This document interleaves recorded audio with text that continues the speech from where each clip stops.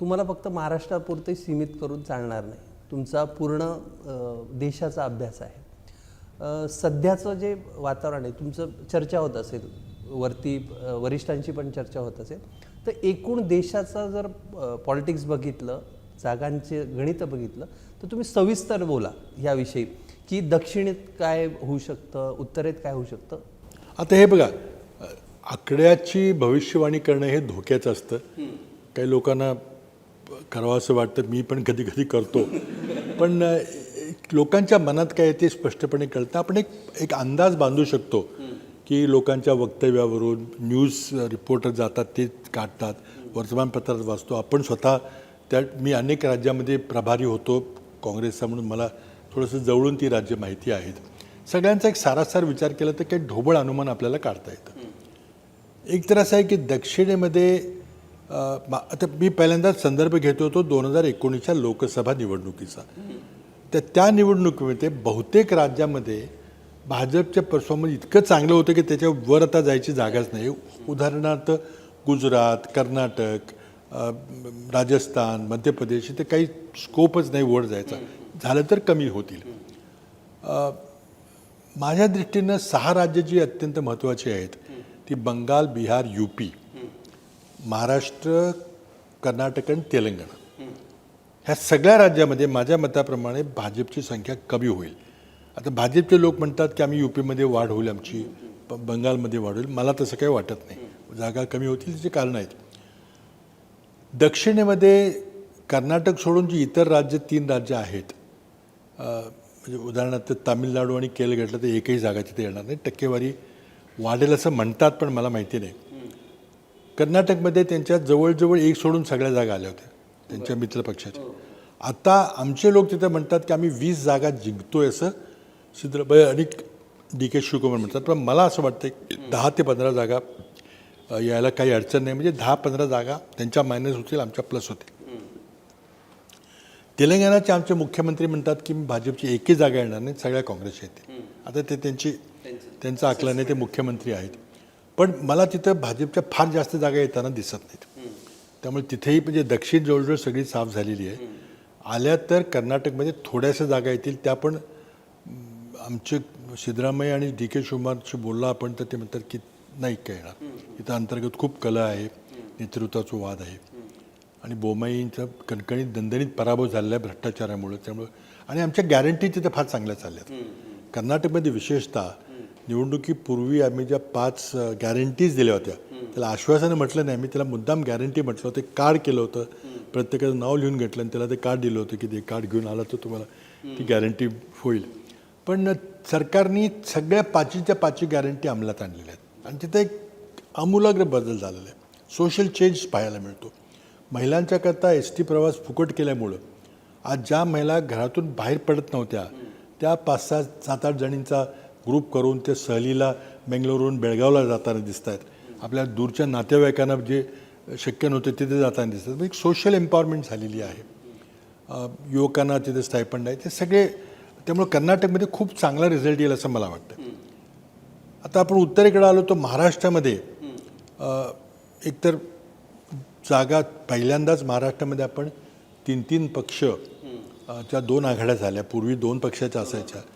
जागा वाटपामध्ये थोड्या अडचणी आल्या, आम्हाला थोड्याशा 1-2 ठिकाणी आल्या, त्यांना जास्त आल्या, शेवटपर्यंत काही जागा ते जाहीर करू शकले नव्हते आणि तिथं युतीमध्ये आमच्यापेक्षा जास्त डिसोनन्स आहे, म्हणजे तिथं ज्या प्रमाणामध्ये चांगल्या प्रकारे ती युती झाली पाहिजे असं न होता ते वेगवेगळे लोक भेटतात। काही ठिकाणी तर महायुतीमधले नेते उमेदवाराच्या विरोधात प्रचार करतात, त्याच्यात मोठे मोठे नेते आहेत ते जे पदावर असलेले। तसं आमच्याकडे मात्र अगदी स्मूथ कोऑर्डिनेशन आहे। 1-2 जागांचा जागा वाटपामध्ये विषय झाला, सांगलीला झाला, मुंबईमध्ये एक जागेबद्दल आम्ही आग्रह होतो, पण तडजोडीमध्ये करावं लागलं, कारण 2 पक्षामध्ये जेवढ्या जागा मिळाल्या तेवढ्या 3 पक्षाच्या वाटेमध्ये मिळणार नव्हत्या, शक्य होतं काही जागा आम्हाला सोडाव्या लागणार होत्या, ते सोडाव्या लागल्या। पण एकंदरीत फार मोठा वाद नाही झाला, पण नंतर मात्र प्रचारामध्ये खूप एकदिलानं प्रचार चाललेला आहे। मग आम्ही शिवसेनेच्या उमेदवारांचा प्रचार करतोय, ते काँग्रेसच्या उमेदवारांचा प्रचार करतायत, मोठे मोठे सिनियर नेते येत आहेत, पवारसाहेब सगळे जात आहेत, उद्धव ठाकरे जात आहेत, आम्ही सगळे जातोय। तर ते इतकं स्मूथ कोऑर्डिनेशन तिथं मला होताना दिसत नाही. आणि एकंदरीत एकनाथ शिंदे आणि अजित पवार यांच्याबद्दल एक निगेटिव्हिटी आहे. कारण त्यांनी पक्ष फोडला, त्यांनी शरद पवारांचा पक्ष फोडला, त्यांनी उद्धव ठाकरेंचा, बाळासाहेब ठाकरेंचा पक्ष फोडला, याबद्दल निगेटिव्हिटी आहे. आणि जे वातावरण झालेलं आहे की बाई पक्ष फोडताना काय काय घडलं, तो 50 खोक्याचा विषय झाला, तो लोकांना पटलेला आहे. त्यामुळे सर्वसामान्य मतदारामध्ये ज्यांनी त्या खासदारांना किंवा आमदारांना निवडून दिलं, त्यांच्या मनात असं आहे की आम्ही विश्वासाने तुम्हाला मतं दिली, तुम्ही आमच्या मताचा सौदा केला, हा विषय आहे. आणि त्याची सिंपथी शरद पवारांना, उद्धव ठाकरेंना आहे, ती सगळी महाविकास आघाडीला मिळेल. त्यामुळं मी पहिल्यांदा सुरुवातीला थोडं कॉशियस होतो, सावध होतो. आणि त्यावेळेला सुरुवातीला मी निवडणूक सुरू झाली तेव्हा एवढंच म्हणत होतो की आम्हाला बहुमत मिळेल, म्हणजे 24 नाही तर 25 जागा तरी मिळतील आम्हाला. पण आज तो आकडा मी 32 ते 35पर्यंत नेलेला आहे. पवारसाहेबसुद्धा 32 ते 35 सांगतात. जयंत पाटलांशी बोललो तेही तो त्यांचा आकडा आहे. आमचे इतर नेते जे आहेत, पक्षाचे नेते, ते तर आणखी पुढे जातात. पण मी आत्तापर्यंत तरी 32 ते 35पर्यंत जातो. म्हणजे तिथं म्हणजे भाजपचा वैयक्तिक आणि एन डी एचा बराच आकडा खाली महाराष्ट्रात खाली येईल. गुजरातमध्ये राजपूत आंदोलनामुळे एखाद दुसऱ्या सीटमध्ये फरक पडला तर पडेल. कारण राजपूत जो स्टेटमेंट केलं होतं तर त्याचा खूप परिणाम झाला आहे. आणि राजपूत मतावर परिणाम झाला तो फक्त गुजरातमध्येच नाही. गुजरातमध्ये राजपूत लोकसंख्या 1-2% आहे फक्त, पण त्याचा परिणाम राजस्थानमध्ये अनिष्ट झाला आहे, त्याने पश्चिम उत्तर प्रदेशमध्ये झाला आहे, थोडासा इतर भागामध्ये झाला आहे. आपल्याकडे नाही झालेला, म्हणजे उत्तरेला झाला असेल मला माहिती नाही, पण उत्तर महाराष्ट्रामध्ये पण काही विशेष काही नाही झालं. मला काही फार प्रभाव पडेल इतका असा प्रभाव नाही, पण ते तिथं मात्र खूप झालं. त्यामुळं लोक म्हणतात की 1-2 गुजरातमध्ये जागा, 5 ते 10 राजस्थानमध्ये.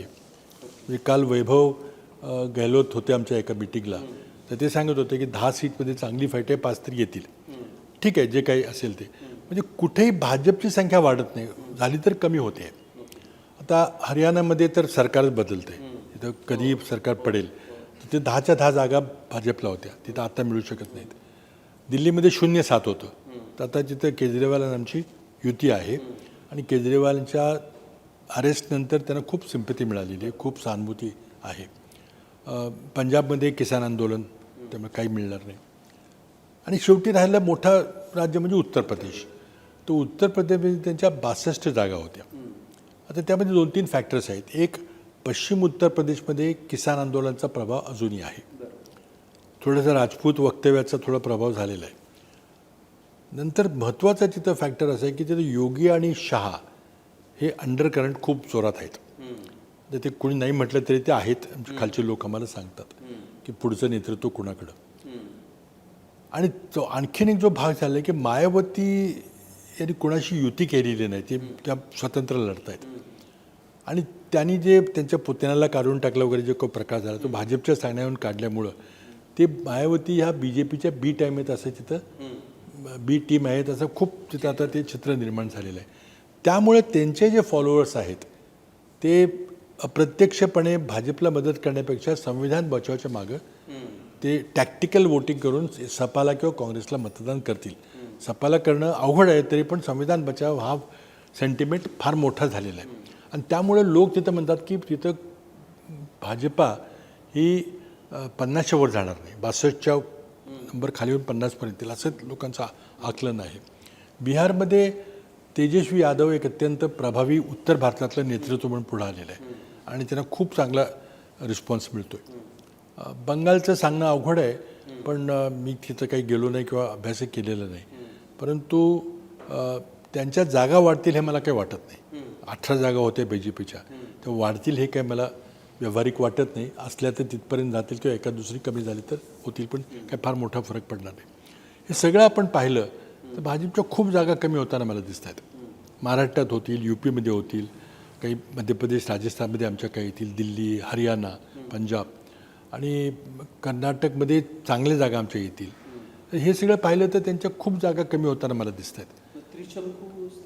त्रिशंकू तर होणारच नाही, कारण दोघापैकी 2च ग्रुप आहेत, तर त्यामुळे दोघापैकी एक कोणाला तरी बहुमत मिळेल. परंतु मग भाजपला 400 पार किंवा 370 पार तर ते त्यांच्या अंगलटच आलेलं आहे.